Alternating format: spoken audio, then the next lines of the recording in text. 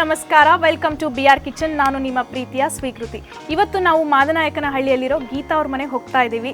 ನಮಗೋಸ್ಕರ ಅವ್ರು ಯಾವ ರೆಸಿಪಿ ಮಾಡ್ತಿದ್ದಾರೆ ಅಂತ ನಾನಂತೂ ತುಂಬ ವೇಟ್ ಮಾಡ್ತಾ ಇದ್ದೀನಿ. ನಂಗೆ ಗೊತ್ತು ನೀವು ಕೂಡ ವೇಟ್ ಮಾಡ್ತಾ ಇದ್ದೀರಾ ಅಂತ. ಸೊ ಜಾಸ್ತಿ ವೇಟ್ ಮಾಡಿಸಲ್ಲ, ಬನ್ನಿ ಹೋಗೋಣ. ಇವಾಗ ನಾವು ಗೀತಾ ಅವ್ರ ಮನೆಗೆ ಬಂದಿದ್ದೀವಿ. ನಮಗೋಸ್ಕರ ಯಾವ ರೆಸಿಪಿನ ಅವರು ತಯಾರು ಮಾಡ್ತಿದ್ದಾರೆ ಅಂತ ಅವ್ರ ಬಾಯಲ್ಲೇ ಕೇಳೋಣ, ಬನ್ನಿ. ನಮಸ್ಕಾರ ಅಮ್ಮ. ನಮಸ್ಕಾರ. ಏನು ಮಾಡ್ಕೊಂಡಿರೋ ತಾವು? ಓಕೆ, ಹೌಸ್ ವೈಫ್ ಆಗಿದ್ದೀರಾ. ಸೊ ಇವತ್ತು ನಮಗೋಸ್ಕರ ನೀವು ಯಾವ ರೆಸಿಪಿನ ಹೇಳ್ಕೊಡ್ತಾ ಇದ್ದೀರಾ? ನಾವು ಮಾವಿನಕಾಯಿ ಗೋಳಂಬ ಮಾಡ್ಕೊಡ್ತೀವಿ.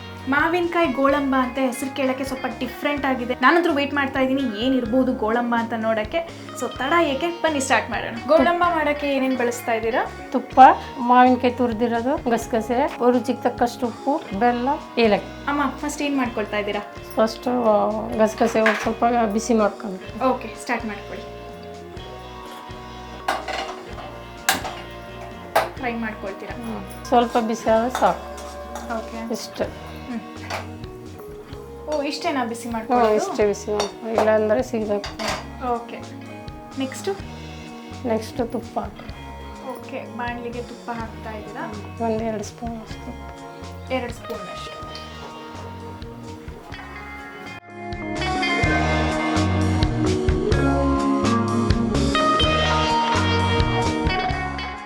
ಇದು ಅಂಟ್ಕೋಬಾರ್ದು ಅಂತ.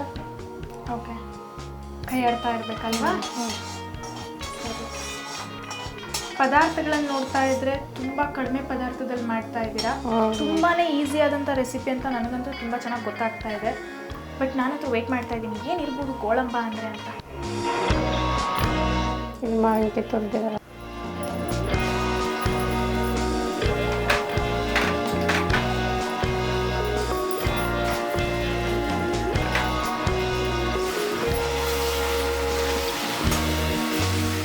ಸುಮಾರು ಎಷ್ಟು ಮಾವಿನಕಾಯಿನ ನೀವು ಯೂಸ್ ಮಾಡ್ತಾ ಇದ್ದೀರಾ ಇದನ್ನ ಮಾಡೋಕ್ಕೆ? ಒಂದು ಮಾವಿನಕಾಯಿ. ಒಂದು ಮಾವಿನಕಾಯಿ? ಓಕೆ, ಒಂದು ಮಾವಿನಕಾಯಿಗೆ ತುಂಬ ಆಗಿಬಿಡತ್ತೆ. ಹಾಂ, ತುಂಬ ಆಗಿಬಿಡುತ್ತೆ. 1 ವರ್ಷ ಬೇಕಾದ್ರೆ ಇಟ್ಕೊಂಡು ತಿನ್ಬೋದು. ಓ ಮೈ ಗಾಡ್, 1 ವರ್ಷ ಇಟ್ಕೊಂಡು ತಿನ್ಬೋದಂತೆ. ಯಾವ್ದ್ರ ಜೊತೆ ತಿನ್ಬೋದು? ಚಪಾತಿ ಜೊತೆ ಮಕ್ಕಳಿಗೆ ರೋಲ್ ಮಾಡ್ಕೊಡೋದು, ನಾವು ತಿನ್ಬೋದು. ಹಾಗೆ ಬರಿ ಬಾಯಲ್ಲೂ ತಿನ್ಬೋದು. ತಿನ್ಕೊಬೋದು. ಓ, ಇದನ್ನ ಚಪಾತಿ ಜೊತೆನೂ ತಿಂತಾರಂತೆ. ಹಾಗೆ ಏನೋ ಈ ಉಪ್ಪಿನಕಾಯಿ ನೆಕ್ತೀವಲ್ಲ ಆ ಥರ ಏನೋ ತಿನ್ಬೋದು ಅಂತ ಹೇಳ್ತಾ ಇದ್ದಾರೆ. ಕಡಿಮೆ ಬೆಲ್ಲ, 1ಕ್ಕೆ 1.5 ಬೆಲ್ಲ ಹಾಕಿ. ಸಿಹಿ ಮಾವಿನಕಾಯಿ ಇದ್ದರೆ, ಹುಳಿ ಇದ್ದರೆ ಒಂದು ಸ್ವಲ್ಪ ಜಾಸ್ತಿ ಹಾಕಿ.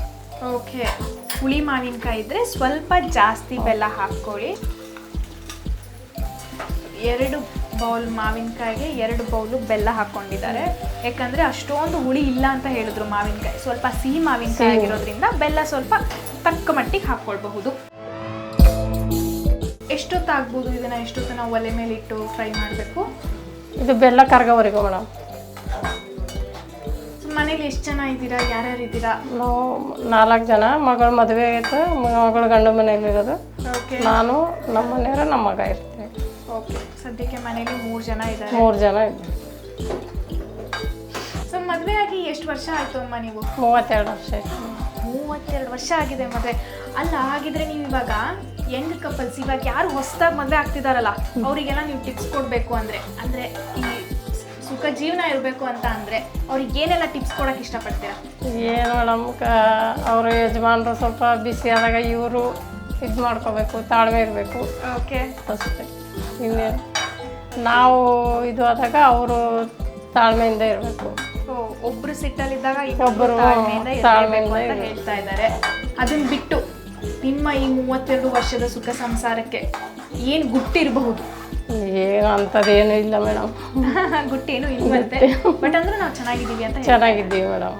ಓಕೆ, ಸೊ ಏನು ನಿಮ್ಮ ಹಸ್ಬೆಂಡಲ್ಲಿ ನಿಮ್ಗೆ ಏನಾದರೂ ಇಂಥ ಕ್ವಾಲಿಟೀಸ್ ನನಗೆ ತುಂಬ ಇಷ್ಟ ಅಂದರೆ ಏನು ಇಷ್ಟಪಡ್ತಿದ್ದೀರಾ? ಅವರು ಈ ಥರ ಲವಿಂಗ್ ಇದ್ದಾರೆ, ಕೇರಿಂಗ್ ಇದ್ದಾರೆ, ನನ್ನ ತುಂಬ ಇಷ್ಟಪಡ್ತಾರೆ, ಸಪೋರ್ಟಿವ್ ಇದ್ದಾರೆ ಅಂದರೆ ಯಾವ ಕ್ವಾಲಿಟಿ ಇರಬಹುದು ಅದು? ತುಂಬ ಇಷ್ಟಪಡ್ತಾರೆ ಮೇಡಮ್. ಓಕೆ, ನಿಮ್ಮನ್ನು ತುಂಬ ಇಷ್ಟಪಡ್ತಾರೆ, ಅದಕ್ಕೆ ಅವರು ಗಂಡನಲ್ಲಿರೋ ಒಂದು ಕ್ವಾಲಿಟಿನ ಹೇಳಿಬಿಟ್ಟು. ಅವರು ನಿಮ್ಮಲ್ಲಿ ಇಷ್ಟಪಡುವಂಥ ಒಂದು ಕ್ವಾಲಿಟಿ ಯಾವುದಾದ್ರು ನಿಮಗೆ ಹೇಳಿದಾರಾ ಬಾಯಿ ಬಿಟ್ಟು ಯಾವಾಗಾದರೂ? ಯಾವಾಗೂ ಹೇಳಿಲ್ಲ ಮೇಡಮ್. ಯಾವಾಗೂ ಹೇಳಿಲ್ಲ. ಯಾಕಂದ್ರೆ ಏನೋ ಹೊಸದಾಗಿ ಏನೋ ಹೇಳ್ಕೊಡ್ತಾ ಇದ್ದಾರೆ ನಮಗೆ ಅಂದರೆ ಅಡುಗೆ ಮೇಲೆ ತುಂಬ ಇಂಟ್ರೆಸ್ಟ್ ಇದೆ ಅಂತ ಗೊತ್ತಾಗ್ಬಿಡುತ್ತೆ. ಅಡುಗೆ ಮಾಡೋಕ್ಕೇನು ಬೇಜಾರು ಮಾಡ್ಕೊಳ್ಳಲ್ಲ. ಹಾಂ, ಓಕೆ, ಹಂಗಿದ್ರೆ ನೀವು ಮಾಡುವಂಥ ಯಾವ ಒಂದು ಅಡಿಗೆ ನಿಮ್ಮ ಹಸ್ಬೆಂಡ್ಗೆ ತುಂಬ ಇಷ್ಟ ಆಗುತ್ತೆ? ಇದನ್ನ ಮಾಡಿದರೆ ನನಗೆ ನಿಮ್ಮ ಕೈಯಿಂದ ತಿನ್ನಬೇಕು ಅಂತ ಅನ್ಸುತ್ತೆ ಅಂತ. ಯಾವುದಾದ್ರೂ ಮಾಡಿದ್ರೆ ಅಷ್ಟೇ ಮೇಡಮ್, ಯಾವುದಕ್ಕೂ ಇದು ಮಾಡೋದು. ನೋಡಿ ಅವ್ರು ಹೇಗೆ ಹೇಳ್ತಾ ಇದ್ದಾರೆ ಅಂದರೆ ನಾನು ಏನೇ ಮಾಡಿಕೊಟ್ರು ಸುಮ್ಮನೆ ತಿಂತಾರೆ, ಏನು ಕಂಪ್ಲೇಂಟ್ ಹೇಳಲ್ಲ, ಒಂದೇ ಆನ್ಸರ್ ಅವ್ರದ್ದು. ಸೊ ಇವಾಗ ಅದು ಕುದೀತಾ ಇದೆ. ಆಯ್ತು ಮೇಡಮ್. ಈಗ ಬೆಲ್ಲದ ಹಣ ಬರ್ಬೇಕಂತ ಏನಿಲ್ಲ, ಬೆಲ್ಲ ಕರಗೋದ್ರೆ ಸಾಕು. ಇದನ್ನ ಸ್ವಲ್ಪ ಹೊತ್ತು ನೀವು ಈಗ ಬಿಡೋ ಆಗಿಲ್ಲ, ಕೈಯಾಡ್ತಾನೆ ಇರಬೇಕು, ಅದಕ್ಕೆ ಅದು ಹೊತ್ತಲ್ಲ ಅಥವಾ ಅಂಟಲ್ಲ ಅಂತ. ಹೊತ್ತಲ್ಲ ಮೇಡಮ್, ಇಲ್ಲಾಂದ್ರೆ ಬೆಲ್ಲ ಇರುತ್ತಲ್ಲ ಕೆಳಗಡೆಯಿಂದ ಹೊತ್ಕೊಂಡು. ಓಕೆ, ಹಾಗೇನೆ ಅವರು ಸ್ವಲ್ಪ ಹೈ ವಾಲ್ಯೂಮ್ ಅಲ್ಲಿ ಬೇಯಿಸ್ತಾ ಇದ್ದಾರೆ. ಇವಾಗ ಸಣ್ಣ ಮಾಡ್ಕೊಂಡಿದ್ದಾರೆ. ಉಪ್ಪು ಸ್ವಲ್ಪ ರುಚಿಗೆ ತಕ್ಕಷ್ಟು ಉಪ್ಪು, ಉಪ್ಪೇನು ಜಾಸ್ತಿ ಬೇಡ. ಇದರಲ್ಲಿ ಹೇಗಿದೆ ನೋಡಿ, ಈ ಸೈಡ್ ಬೆಲ್ಲನೂ ಯೂಸ್ ಮಾಡ್ತಾ ಇದ್ದಾರೆ, ಈ ಸೈಡ್ ಉಪ್ಪುನು ಯೂಸ್ ಮಾಡ್ತಾ ಇದ್ದಾರೆ. ಅಂದರೆ ಒಂದು ಸೈಡ್ ಸ್ವೀಟ್ ಆದರೆ ಒಂದು ಸೈಡ್ ಸಾಲ್ಟ್. ಏಲಕ್ಕಿ ಹಾಕಿದ್ದೀನಿ,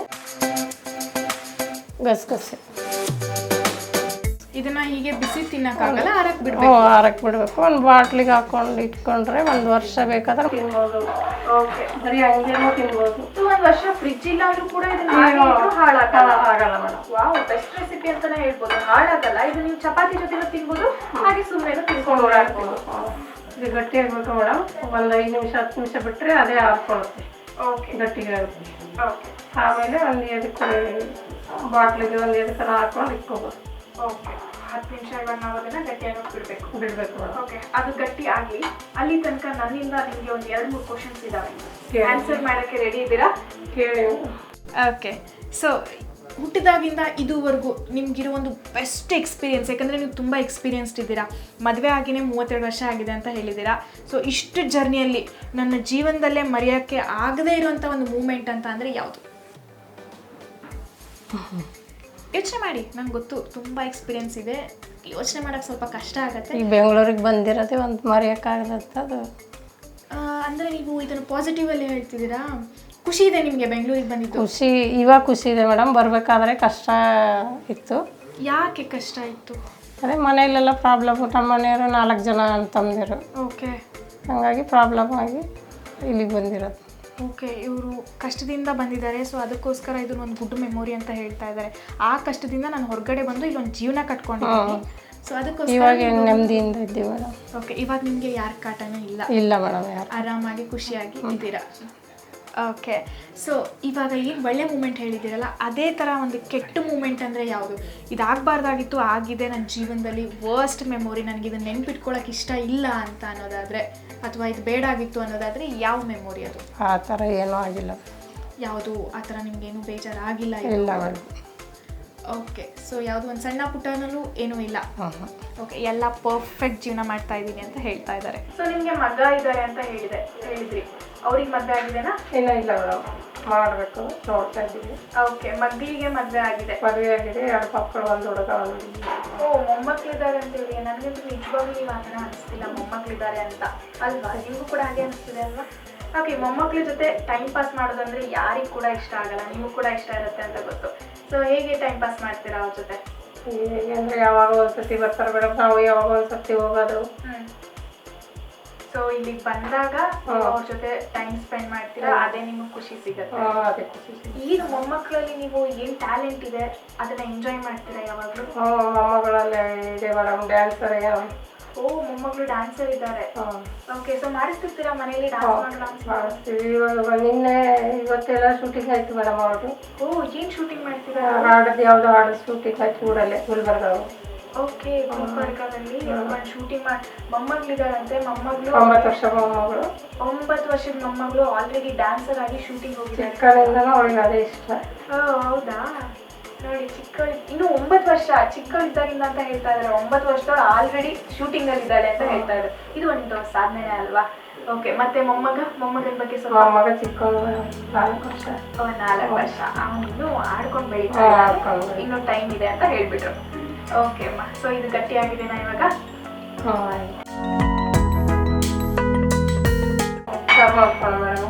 ಓಕೆ, ಇದಾಗಿದೆ.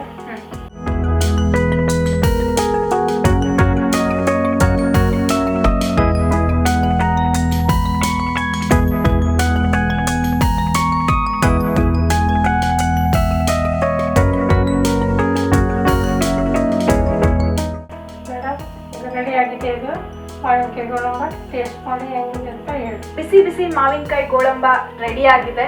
ಸೊ ಹೆಸರೇ ಇಷ್ಟು ಡಿಫ್ರೆಂಟ್ ಆಗಿದೆ ಅಂದರೆ ಟೇಸ್ಟ್ ಇನ್ನೆಷ್ಟು ಡಿಫ್ರೆಂಟ್ ಆಗಿರಬಾರ್ದು ಅಂತ ಯೋಚನೆ ಮಾಡ್ತಾ ಇದ್ದೀನಿ.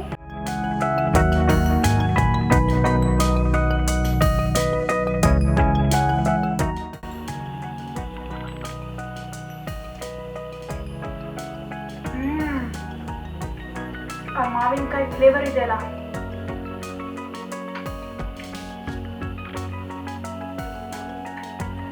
ಸಕ್ಕತ್ತಾಗಿ ಬರ್ತಾ ಇದೆ ಟೇಸ್ಟು. ಒಂದ್ ಕಡೆ ಸಿಹಿ, ಒಂದ್ ಕಡೆ ಹುಳಿ. ಆದಷ್ಟು ಬೇಗ ಇದನ್ನ ಟ್ರೈ ಮಾಡಿ ನಮಗೆ ರಿವ್ಯೂ ಹೇಳಿ. Thank you so much Geethamma ಅವರೇ. ನಮ್ಮ BR ಕಿಚನ್ ಅಲ್ಲಿ ಪಾರ್ಟಿಸಿಪೇಟ್ ಮಾಡಿರೋದ್ರಿಂದ ನಿಮಗೆ ನಮ್ಮ ಕಡೆಯಿಂದ ಒಂದು ಸ್ಪೆಷಲ್ ಗಿಫ್ಟ್ ಇದೆ.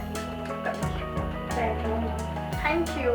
ನೋಡಿದ್ರಲ್ಲ ವೀಕ್ಷಕರೇ, ಮಾವಿನಕಾಯಿ ಗೋಳಂಬ ಎಷ್ಟು ಸಖತ್ತಾಗಿ ಮಾಡಿದ್ರು ಅಂತ ಅಂದ್ರೆ, ಒಂದ್ ಸೈಡ್ ಹುಳಿ ಇರುತ್ತೆ, ಒಂದ್ ಸೈಡ್ ಸಿಹಿ ಇರುತ್ತೆ. ಚಪಾತಿ ಜೊತೆ ಕೂಡ ತಿನ್ಬೋದು, ಹಾಗೆ 1 ವರ್ಷ ಕೂಡ ಇದನ್ನ ಸ್ಟೋರ್ ಮಾಡ್ಬೋದು ಅಂತ ಹೇಳಿದ್ದಾರೆ. ಸೊ ಆದಷ್ಟು ಬೇಗ ನೀವು ಇದನ್ನ ಟ್ರೈ ಮಾಡಿ. ತುಂಬಾ ಸಖತ್ತಾಗಿತ್ತು ಅಂತಾನೆ ಹೇಳ್ಬೋದು. ನೀವು ಏನಾದ್ರೂ ನಮ್ಮ BR ಕಿಚನ್ ಅಲ್ಲಿ ಪಾರ್ಟಿಸಿಪೇಟ್ ಮಾಡಬೇಕು ಅಂತ ಆಸಕ್ತಿ ಇದ್ರೆ ಸ್ಕ್ರೀನ್ ಮೇಲೆ ಕಾಣಿಸ್ತಿರೋ ನಂಬರ್ಗೆ ವಾಟ್ಸ್ಆಪ್ ಮಾಡಿ, ಹಾಗೆ ನಿಮ್ಮ ಪ್ರೊಫೈಲ್ ಅನ್ನ ನಮಗೆ ಸೆಂಡ್ ಮಾಡಿ. ಈ ವಿಡಿಯೋನ ನೋಡಿದ್ಮೇಲೆ ಲೈಕ್ ಮಾಡಿ, ಶೇರ್ ಮಾಡಿ, ಕಮೆಂಟ್ ಮಾಡಿ, ಹಾಗೇನೆ ಸಬ್ಸ್ಕ್ರೈಬ್ ಮಾಡೋದು ಮಾತ್ರ ಯಾವುದೇ ಕಾರಣಕ್ಕೂ ಮರಿಬೇಡಿ ಅಂತ ಹೇಳ್ತಾ, ನಾನು ಸ್ವೀಕೃತಿ, ನಿಮ್ಮ ಪ್ರೀತಿ ನನ್ನ ಮೇಲೆ ಸದಾ ಇರ್ಲಿ ಅಂತ ಹೇಳ್ತಾ ಇವತ್ತಿನ ಎಪಿಸೋಡ್ ಅನ್ನ ಇಲ್ಲಿಗೆ ಮುಗಿಸ್ತಿದ್ದೀನಿ. ಮುಂದಿನ ಎಪಿಸೋಡ್ ಅಲ್ಲಿ ಒಂದು ಹೊಸ ರುಚಿಯೊಂದಿಗೆ ನಿಮ್ಮನ್ನ ಭೇಟಿ ಮಾಡ್ತೀನಿ. ಅಲ್ಲಿವರೆಗೂ ನಮಸ್ಕಾರ.